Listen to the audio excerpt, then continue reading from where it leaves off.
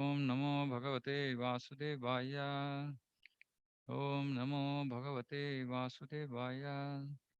Om Namo Bhagavate Vasudevaya. Om Agnanatimirandasya Gnananjanashalakaya Chakshurunmilitam Yena Tasmai Shri Gurave Namaha. Namo Vishnu Padaya Krishna Preshtaya Bhutale Srimate Bhakti Vedanta Swaminiti Namine. Namaste Saraswati Devi Gauravani Pracharini Nirvishesha Shunyavadi Paschatya Deshatarine. Jai Shri Krishna Chaitanya Prabhu Nityananda Shri Advaita Gadadara Shiva Sadi Gaura Bhakta Vrinda Hare Krishna Krishna Krishna Hare Hare Hare Rama Rama Rama Hare Hare. Okay, so we are continuing with the summary of Bhagavad Gita. So today we'll do chapter 13 onwards. Okay, I'll read from Bhagavad Gita as it is, chapter overview by Srila Prabhupada. Chapter 13, Nature, Enjoyer and Consciousness. One who understands the difference between body, soul and super soul beyond them, both attains liberation from this material world. So by understanding this chapter, one can actually attain liberation from this material world. So let's see what we need to learn here. So chapter 13, first 13.3 says, to understand this body and its knower is called knowledge. So knowledge. So we in this material world, we try to acquire all kinds of knowledge, but Krishna is clearly saying what is actual knowledge. Real knowledge means that we have to understand the body and its knower. Its knower is the soul and the super soul. So there are two knowers. One is their soul, who is the knower, individual knower, and then there is super soul. So this knowledge, body and soul, this knowledge is not taught to us in school and college. So what we are learning in school and college is not real knowledge. This is real knowledge. Now Krishna actually he expands what this actual knowledge is and what is not knowledge. So then he expands. Now these are qualities that we have to develop. Okay, these qualities one has to develop, and one who develops these, um, this is knowledge. This is knowledge. So we'll go through this one by one. First is humility. Humility means no pride, knowing that we are actually nobody, we are not very significant. Mm, and being in that humble position, uh, knowing that we are insignificant. Unfortunately, in this material, everybody thinks that they have achieved something great. Mm, and so they are proud about whatever they have got. Mm. But humility means really knowing that, you know, okay, realistically also see whatever we might have, there is always somebody else who is better than us in this material world. So, what is the point in being proud about what we have? Mm. And anyway, whatever we possess, it's all going to go one day, right? So, what is the value of that?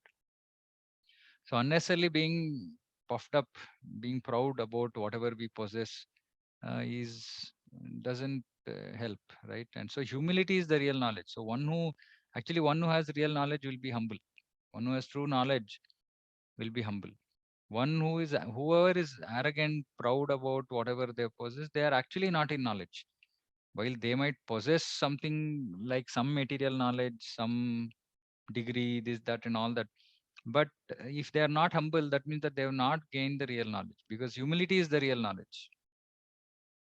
Okay. So this is very important. We have to be humble. That is why Chaitanya Mahaprabhu said, Pranadapi sunichena tarorapi saishnana amanina manadena kirtaniya sadhari. Amanina manadena. So you should be humble like a blade of grass. Who really cares for a blade of grass, something which is fallen on the floor? Somebody might step over it. Nobody is like really bothered. Like that, even if somebody doesn't treat us, if any, if people don't treat us with respect, ill treat us or dishonor us, we should just still be very humble, and we should give them all respect.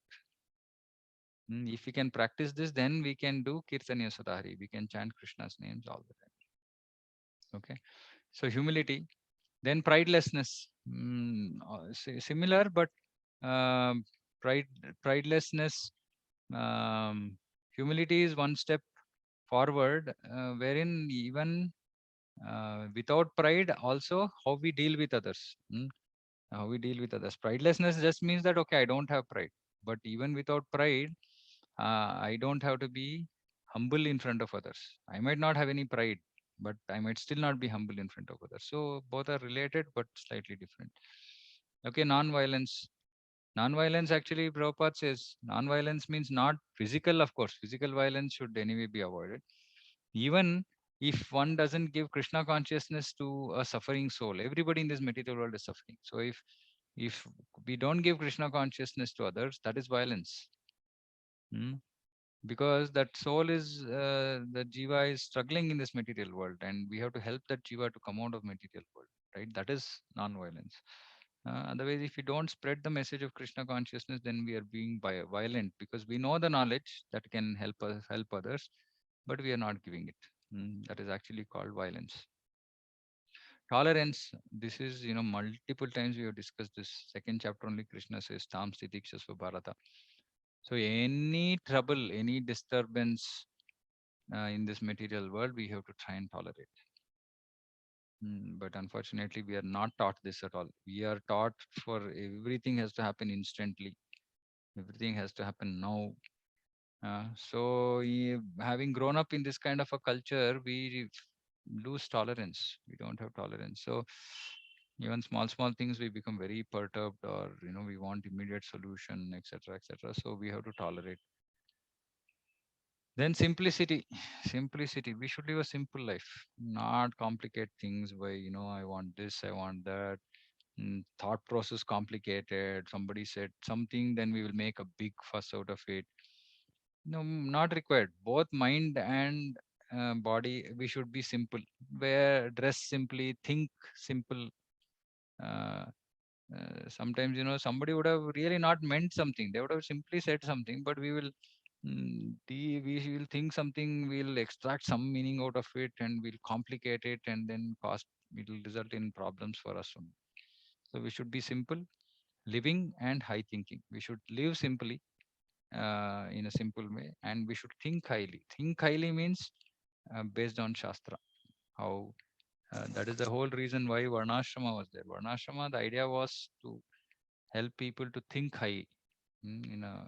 High means topics above beyond this material world. That is simplicity. Then approaching a bona fide spiritual master, everybody has to have a guru. There is no way anybody can be without a guru. Actually, previously, every house there used to be Kula Guru, and every person in the house used to take guidance from them. But subsequently, that culture went off.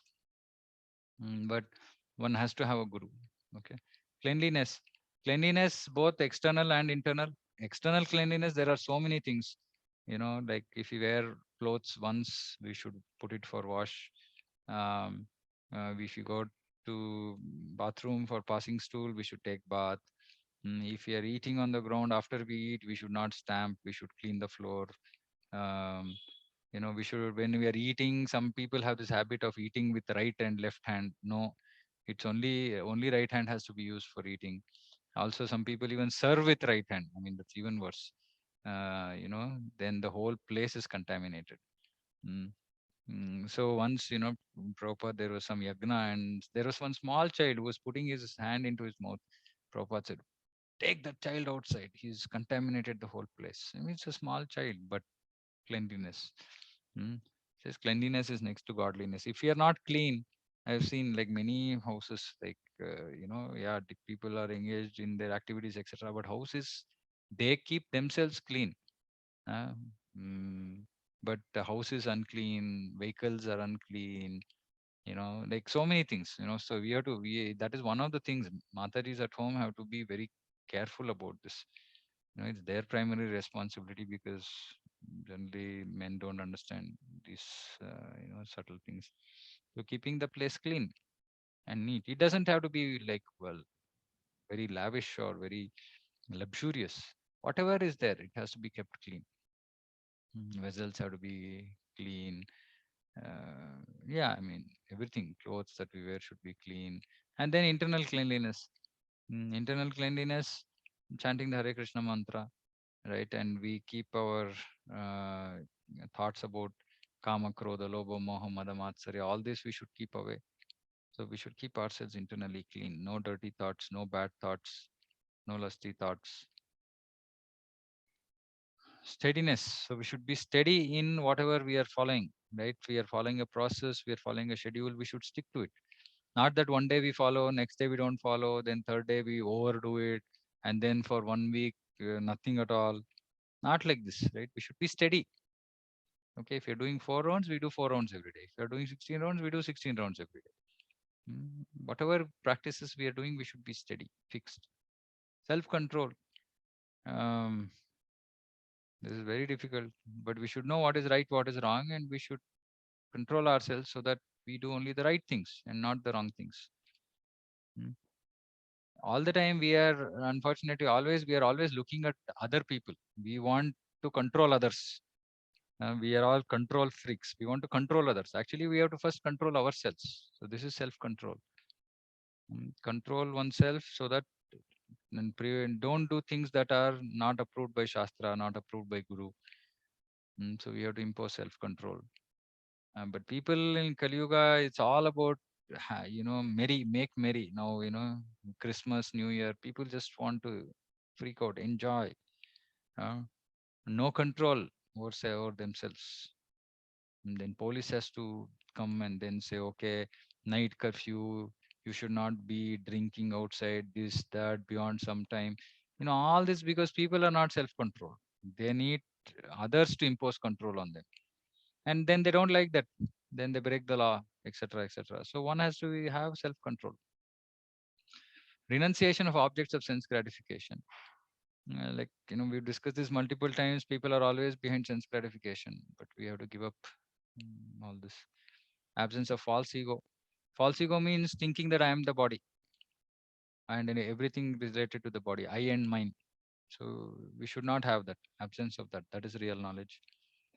Janma mrityu jara vyadi dukkha doshan darshanam. So perception of the evil of birth, death, old age, and disease. First of all, we should understand this birth, death, old age, and disease is not good. It is bad, because it's all suffering. So one has to give up all that. One has to have get this understand that these are all evil, and then say, okay, I don't want all this. I don't want birth. I don't want death. I don't want old age. Old age. I don't want disease. Detachment. Hmm. Again, material attachment on one side, going away from that detachment is another side. So there are two paths. Vedas describe nivritti and pravritti. Pravritti means increasing sense gratification. Nivritti means detachment, developing detachment. Freedom from entanglement with children, wife, home, and the rest. So this is very important. Entanglement, see, and this doesn't mean that this is applying only to the husband. This also applies to the wife. We don't have to be entangled. Entangled means like there is nothing else in life but this. It's not like that. We have to take care of our responsibility, take care of children, take care of spouse, take care of home, all that. But don't get entangled in that, which means be clear saying that this relationship, everything is not on the bodily platform, it's on the spiritual platform. Sometimes people are so entangled with their family, etc. They don't have time for anything else. They say, come and hear Bhagavad Gita, no time. I have to go here, I have to go there. No, not like this. Entanglement is like that. Like you are tied up in such a way that you cannot really free yourself to do anything. All the time, oh, I have to make children study. Oh, I have to do this. Oh, I have to do that. No, I mean, we can't just, men keep saying, I have to work, I have to work. You can't just keep working like a donkey. So you can't get entangled to all this. So everything has to be done in appropriate proportions. As much as required, work. As much as required, spend time with family. As much as required, do bhakti. Not as much as required.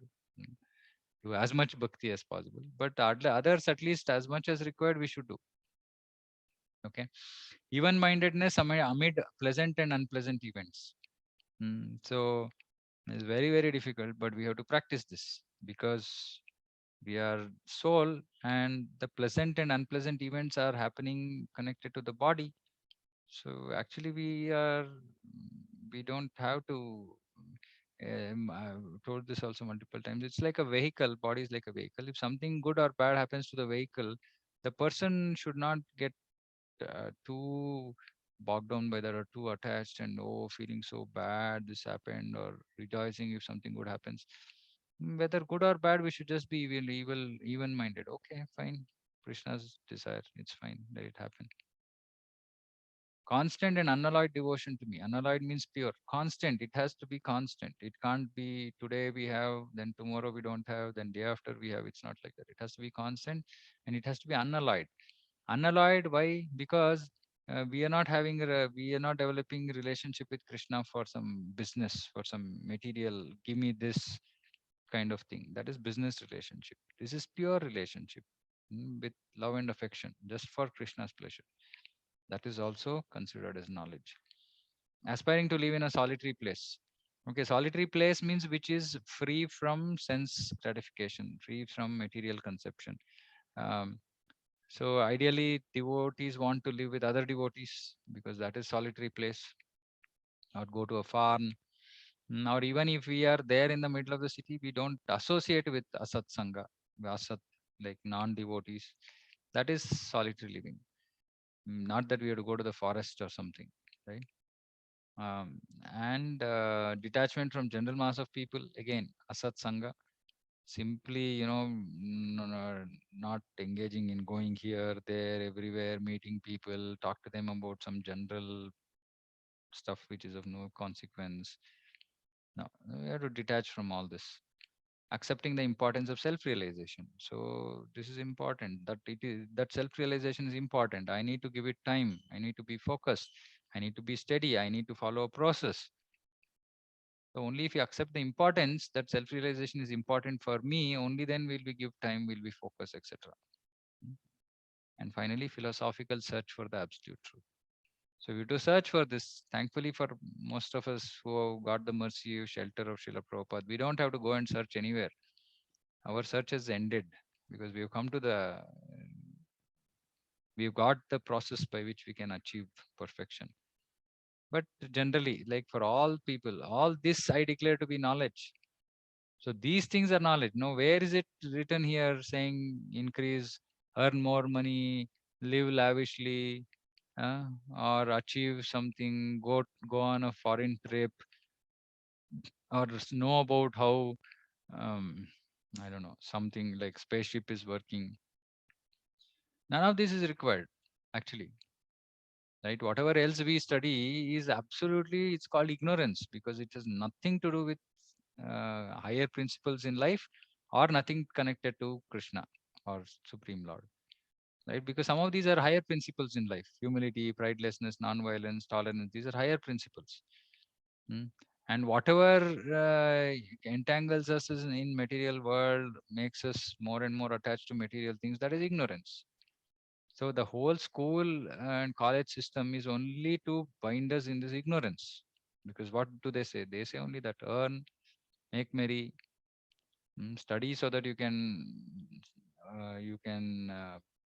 get good marks, then get a good job, earn money, enjoy sense gratification, be happy.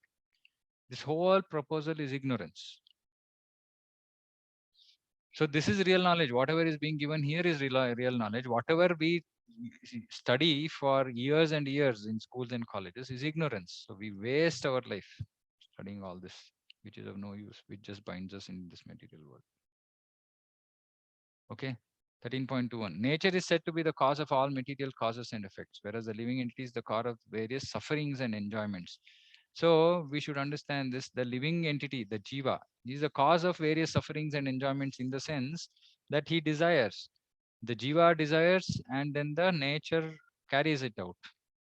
So nature carries out the work mm, through the body because body is also made of material nature, material prakriti. So prakriti carries out the actions, right? And the living entity or the jiva desires. So because of the desires, there is suffering and enjoyment. While the nature body might execute it, but the desirer is the soul. So if the soul desires good things, then there will be happiness. If the soul desires bad things, desires to do bad things, then there will be suffering. So the living entity is the cause for that. Nobody else is. So when we have suffering, we point our finger to somebody else. Nobody else is the cause of our suffering. We ourselves are the cause of our suffering. Hmm. And then there is knowledge about super soul in 13 chapters. In this body, there is another transcendental enjoyer who is the Lord, the supreme proprietor, who exists as the overseer and permitter. Anumanta Upadrashtacha, Bharta Bhokta Maheshwara. So super soul is present along with the soul. The soul is present in the region of the heart. The super soul is beside the soul, and he is the one who is overseer. He is overseeing all our activities. And he is also permitter. He also gives sanction. He gives sanction based on our desire, our karma phala, etc. But without his sanction, nothing can happen. And so every body is the temple of the Supreme Lord as Super Soul. And that is the reason why we have to respect every jiva, not just every human being. Every human being, though, we have to respect because it's the most elevated form of life in this material world, which is very conducive for achieving self-realization. Because even demigods want to get the body of human being, because in heavens also there is too much excess, too much of happiness, too much of distress. There's too much of happiness, too much of distress. It's very difficult. Human body gives a balance, so that one can actually focus on self-realization. So uh, so we should respect this human body, anybody who's having who's taken a human body, and also even other jivas, because super soul is present in everybody, in all jivas. That is the reason why we don't cross over somebody. If somebody is sitting or sleeping, we don't cross over them because it's disrespectful to the super soul.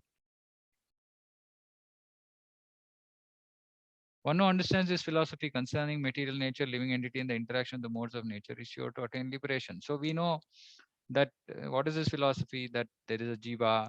Then jiva wants to be in this material world. So first the jiva has to forget that he is an eternal servant of Krishna. So then the Lord creates false ego, which means that the jiva starts associating with this body, with things in this material world, etc. Now, then the whole material world, everything and everything is under the three modes.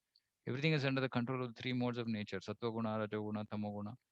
Mm. So jiva is comes under the control of these three modes because he wants to enjoy here, independent of Krishna. And this material world is controlled by these three modes. So if we go to some state, we have to follow the rules of that state because we are living in that. So similarly, if we are living in this material world, then the material nature has to controls, and we have to live according to her rules.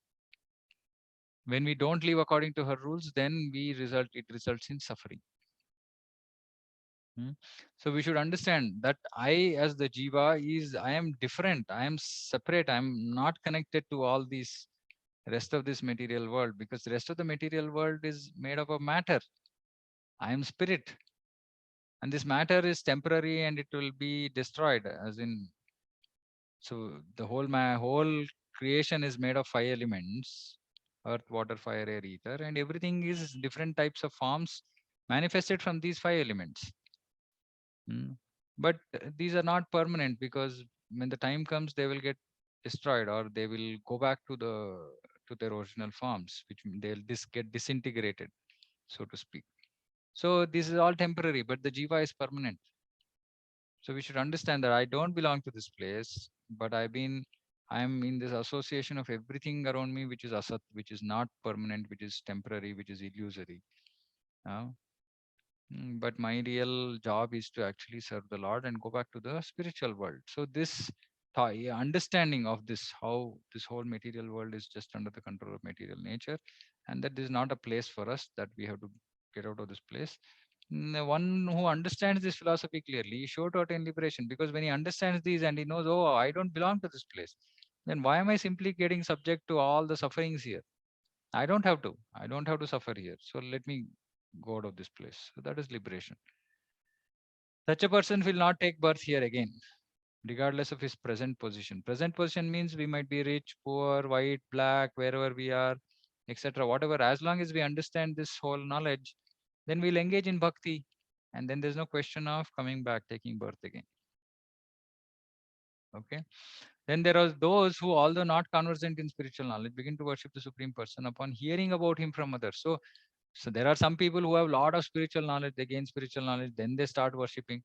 But for most of us, actually, somebody told us, okay, some devotee came and told, okay, you should worship Krishna. We just accept it, okay. Then slowly we acquire, we read Bhagavad Gita, then we understand, okay, Krishna is the Supreme Person, etc., etc.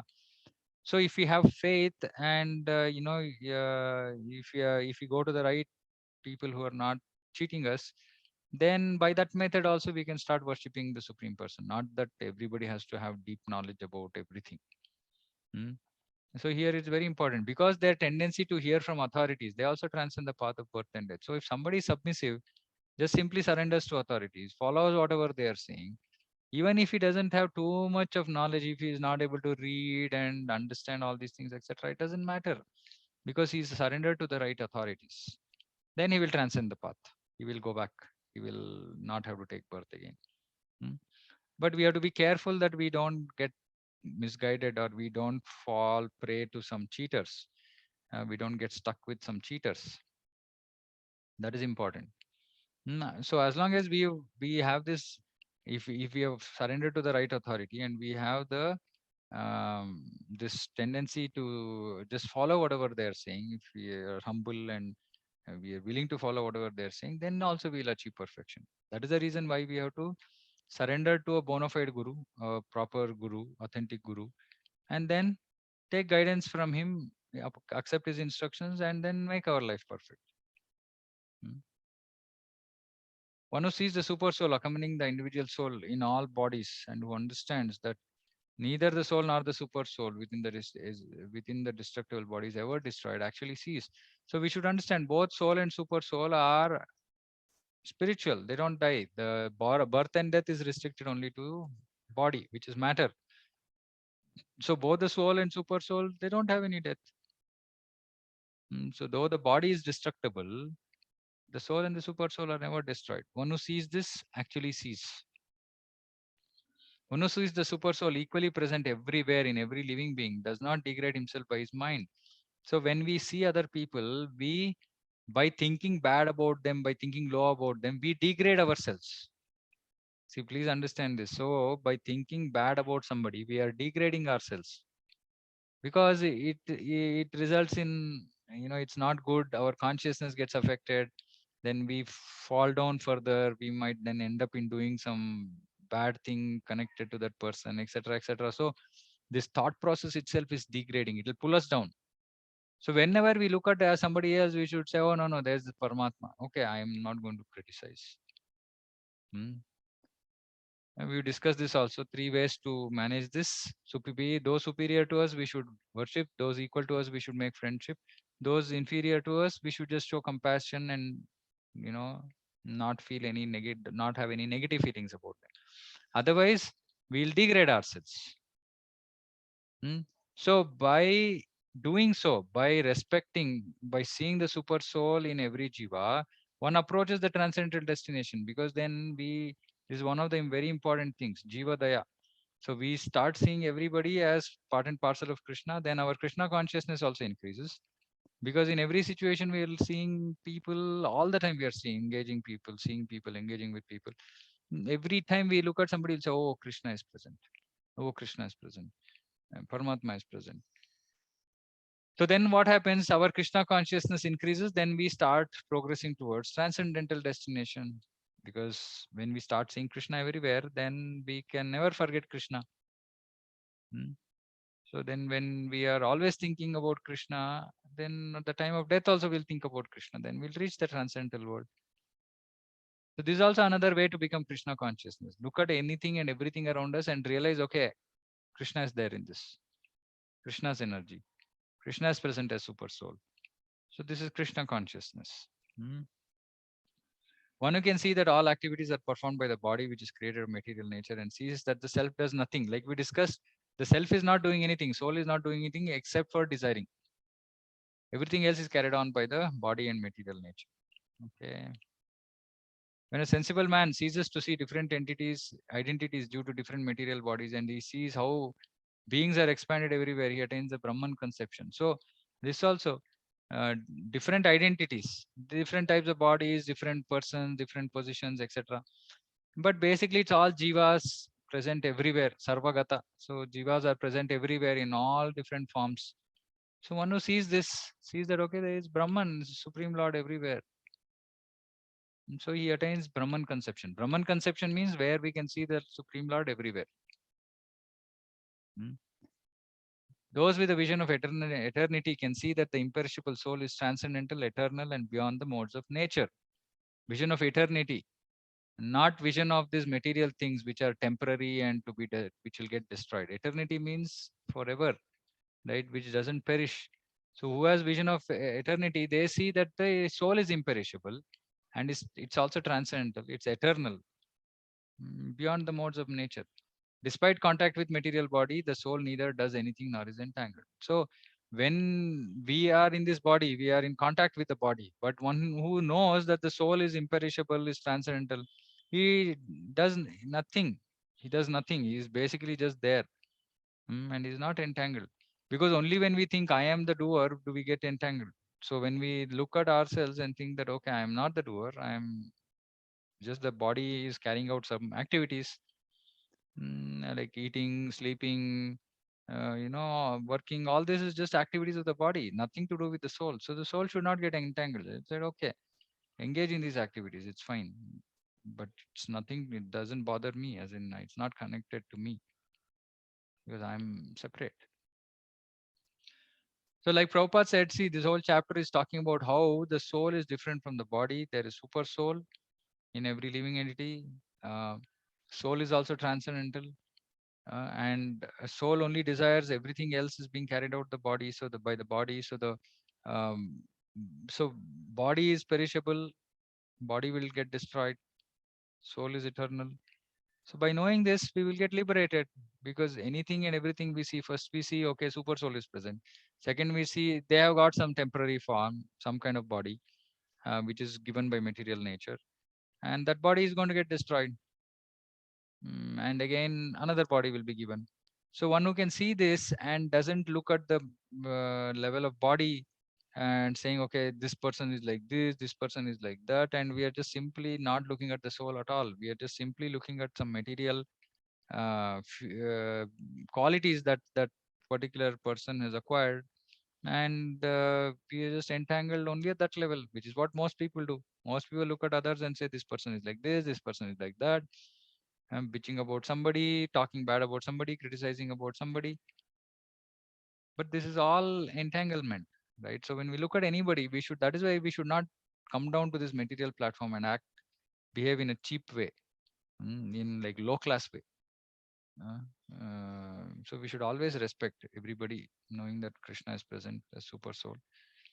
So when we live like this with complete Krishna consciousness, this is Krishna consciousness, seeing Paramatma in everybody, seeing that the soul is part and parcel of Krishna, seeing that the position, the type of body they've acquired is just because of some bad desires, wrong desires they've had. Similarly, looking at ourselves, saying that why are we stuck here? Because of some wrong desires to enjoy independent of Krishna. So anybody who can understand all this, then he will get liberated, because he doesn't look at himself as being part of this material world. Okay, so that is chapter 13. Oh, chapter 14, there is a lot. Okay, let's start. Chapter 14, modes of material nature. So Prabhupada says here, all embodied souls are under the control of the three modes or qualities of material nature: goodness, passion, ignorance. Lord Krishna explained what these modes are, how they act upon us, how one transcends them, and the symptoms of one who has attained the transcendental state. So these are the things. What are the modes? How they act?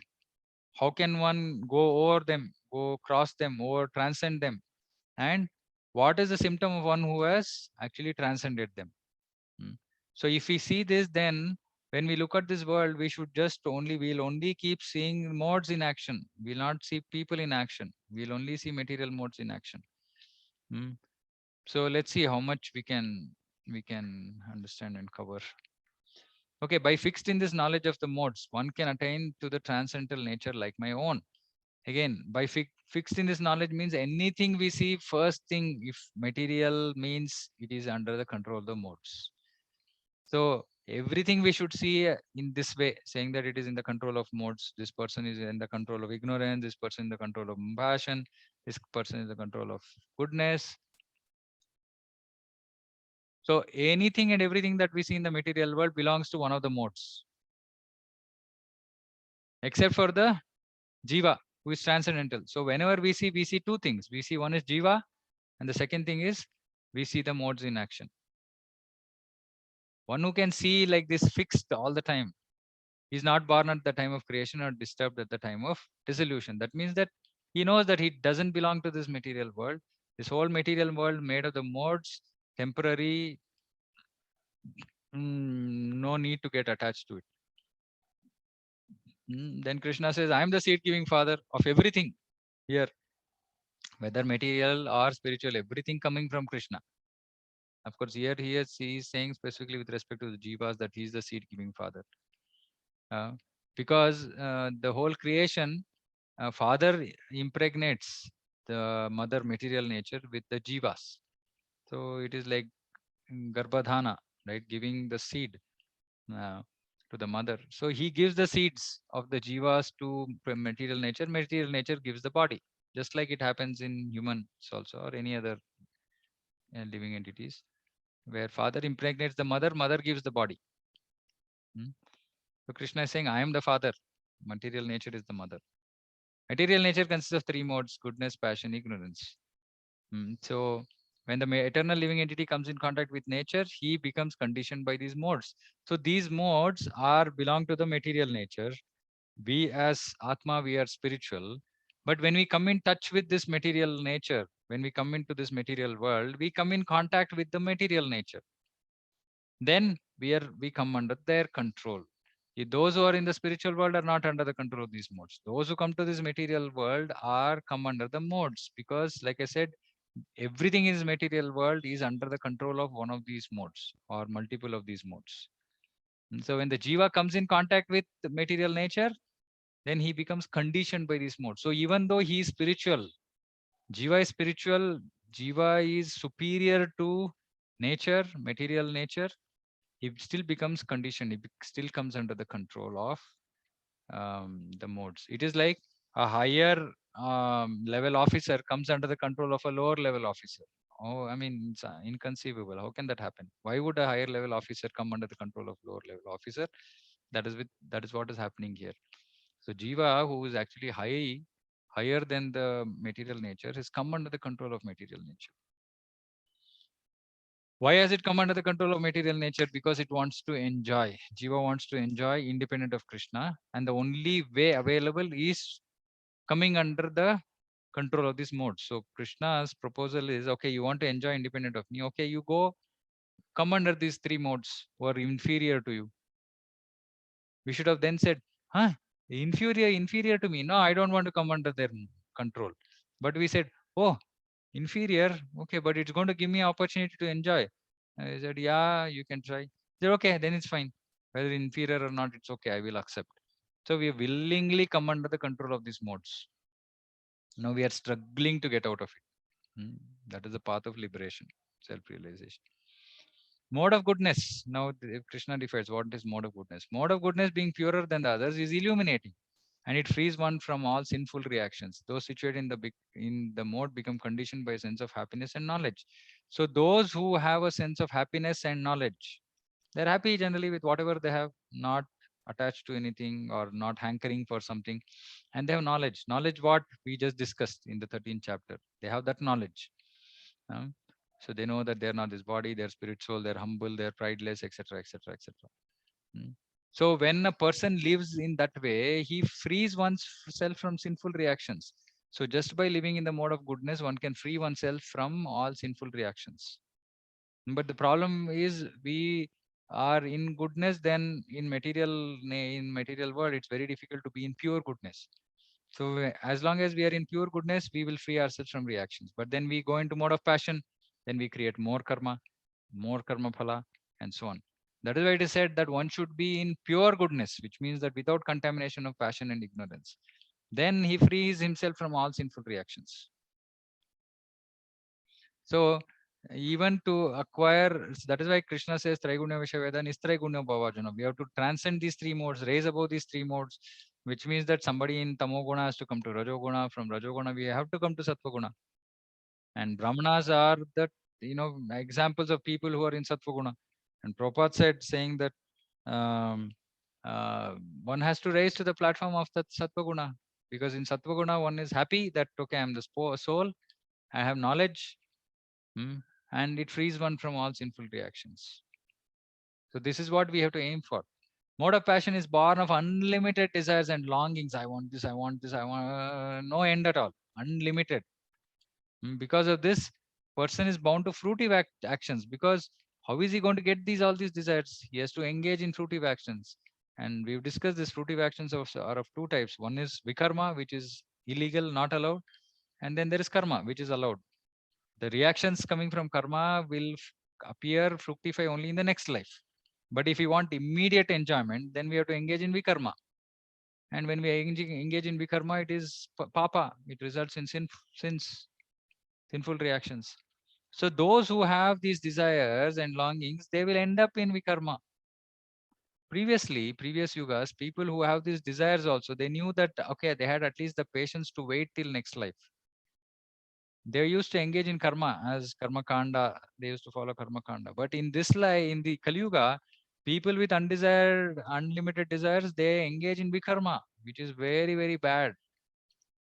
Give us suffering, like what we see in this world around us today. It's all because of vikarma. Mode of darkness is the delusion. The results of mode are madness, indolence, and sleep. Madness, practically, right? And sleeping, drinking, no, don't want to do any work, don't want to take up any responsibility, just want to eat, sleep, drink, like this. Low class life. This blinds the conditioned soul. Conditioned soul becomes almost like blind, can't see anything, just lost, completely lost in material world.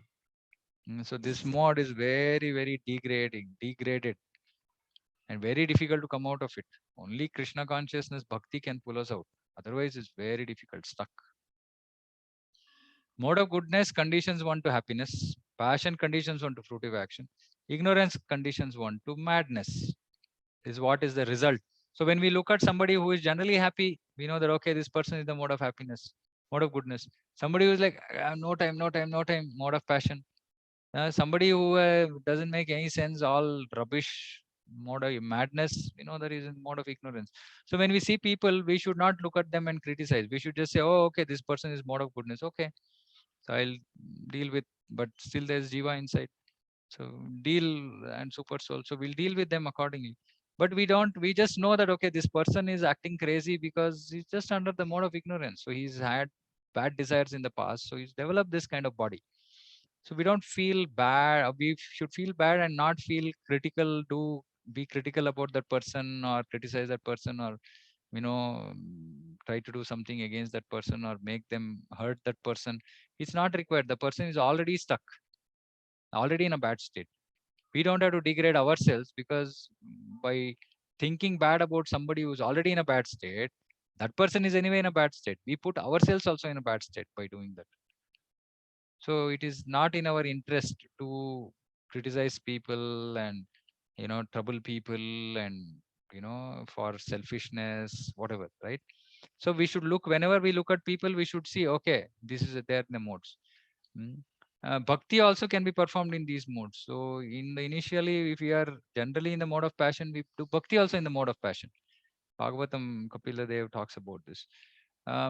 So we can see, even amongst devotees, we'll see somebody is in the mode of goodness, somebody is in the mode of passion, somebody is in the mode of ignorance. It's okay.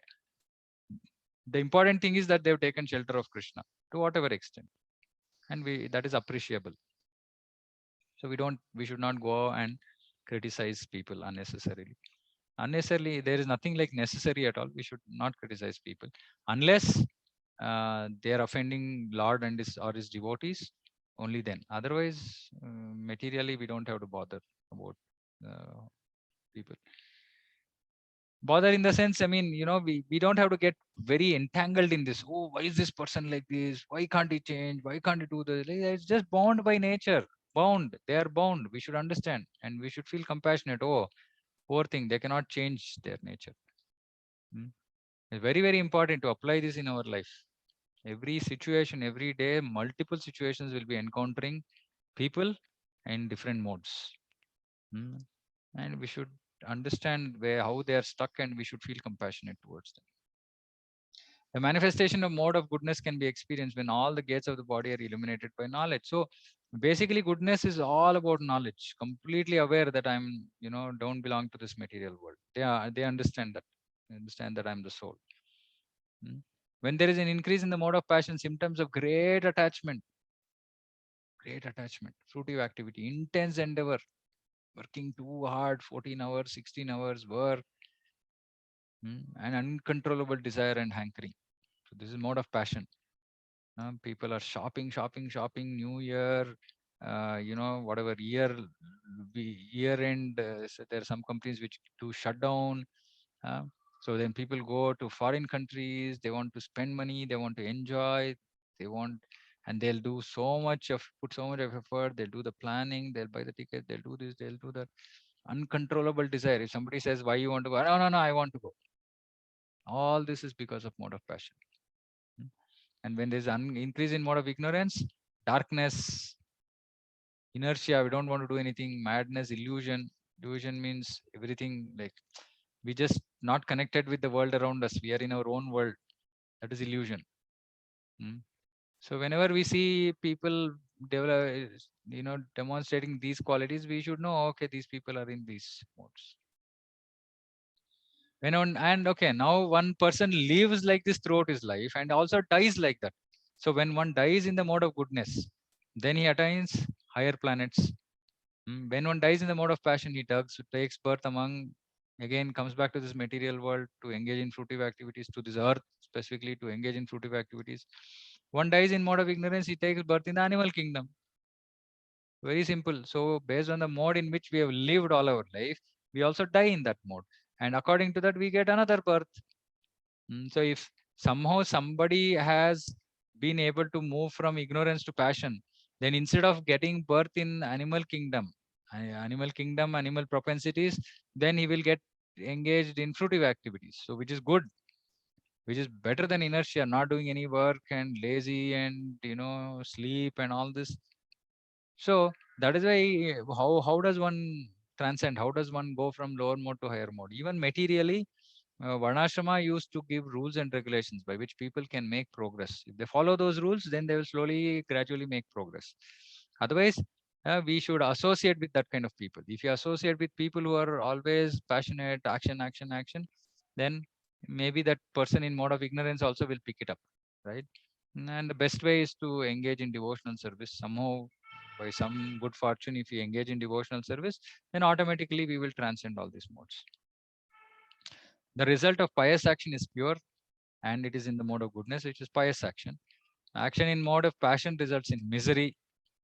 We should understand. So anything that we do in the mode of passion always results in misery. While it might look like it's giving me happiness, no, but it will result in misery because the work that we do will be a vikarma and that suffer result we will suffer in the next life. Action performed in mode of ignorance results in foolishness. Okay. From mode of passion, real knowledge develops. Mode of goodness, real knowledge develops. Mode of passion, greed develops. Mode of ignorance, foolishness, madness, and illusion develop. So most of the people in this material world belong to the second category.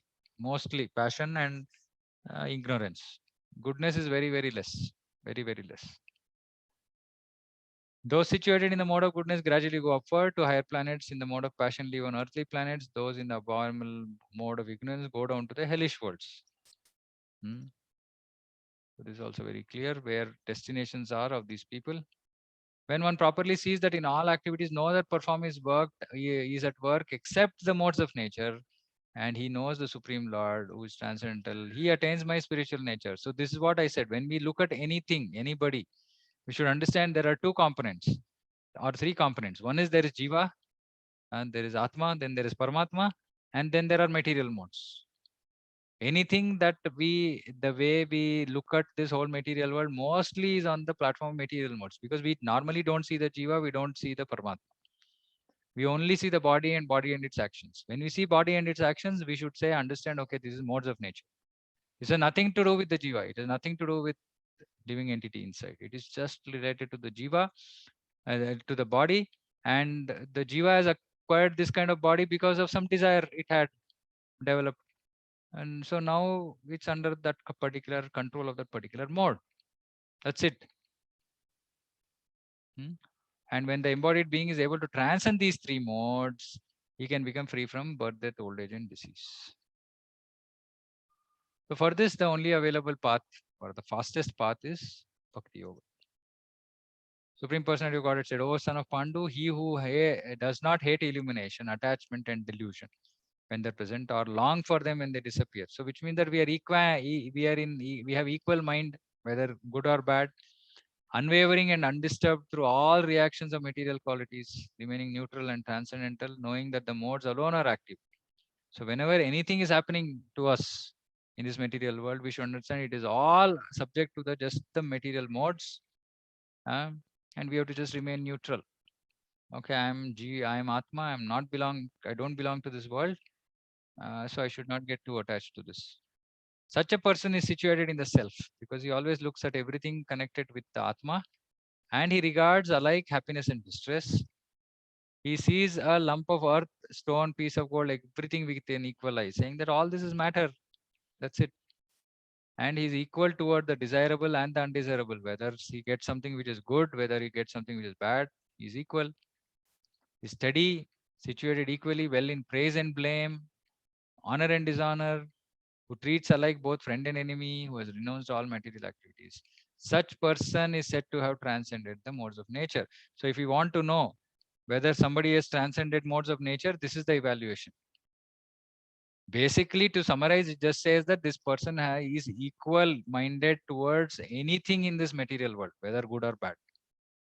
And his only interest, once we transcend the modes, our only interest will be with the Supreme Lord, nothing else. So we should remain. So this is this Brahma Bhuta stage where we have to remain equipoised with everything around us. Say all of this is just material. I have nothing to do with this. We just engage with it only as much as required for our subsistence. That's it. For keeping body and soul together. No more attachment, no more engagement with this material world. One who engages in full devotional service, unfailing in all circumstances, at one transcends the modes. So now Krishna is saying, what is the mechanism? Okay, this is the nature. This is how we can understand whether one is transcended or not. But how does one transcend? Simply engage in full devotional service, unfailing in all circumstances, not part-time devotional service, full-time. Full-time means not that we have to give up job or anything, but our consciousness should be always in Krishna. Even when we are doing our job, we use the results of our job, offer it to Krishna. That is also devotional service. And it should be unfailing, not that, oh, okay, I get some reason to not do one day, another day I will do, not like this. So one who can live like that, he will transcend the modes. And we should understand we have to transcend the modes because this whole material world is just made of three modes. And since we don't belong to this material world, we should cut that connection with these modes. That happens by the process of full devotional service. Okay. So with that, we've concluded 13, 14. So we have 15, 16, 17, 18. 18, there is quite a lot. Yeah, others are all pretty okay. Two slides. Okay, so we'll stop here. If anybody has any questions, you can please ask. Hare Krishna Prabhuji. Hare Krishna, yeah. Yeah, so this PPT notes, can we get that notes for Yeah. I'll put it on the group. Yeah. Thank you. Yeah. Just remind me on Monday if in case I forget. I'll do it right away, but in case. Okay, Prabhuji. Yeah. Okay. Anything else? Anybody? I know it's a lot to consume, but Yeah, it's good to go over the PPT, and yeah, we should meditate on these things, on these instructions by Krishna. It takes us a few years for us to actually internalize some of these things. But for that, we have to keep reading Bhagavad Gita again and again. Actually, when I came into Krishna consciousness, maybe I'll stop the recording. Bhagavad Gita ki jai, Srila Prabhupada ki jai, Hare Krishna.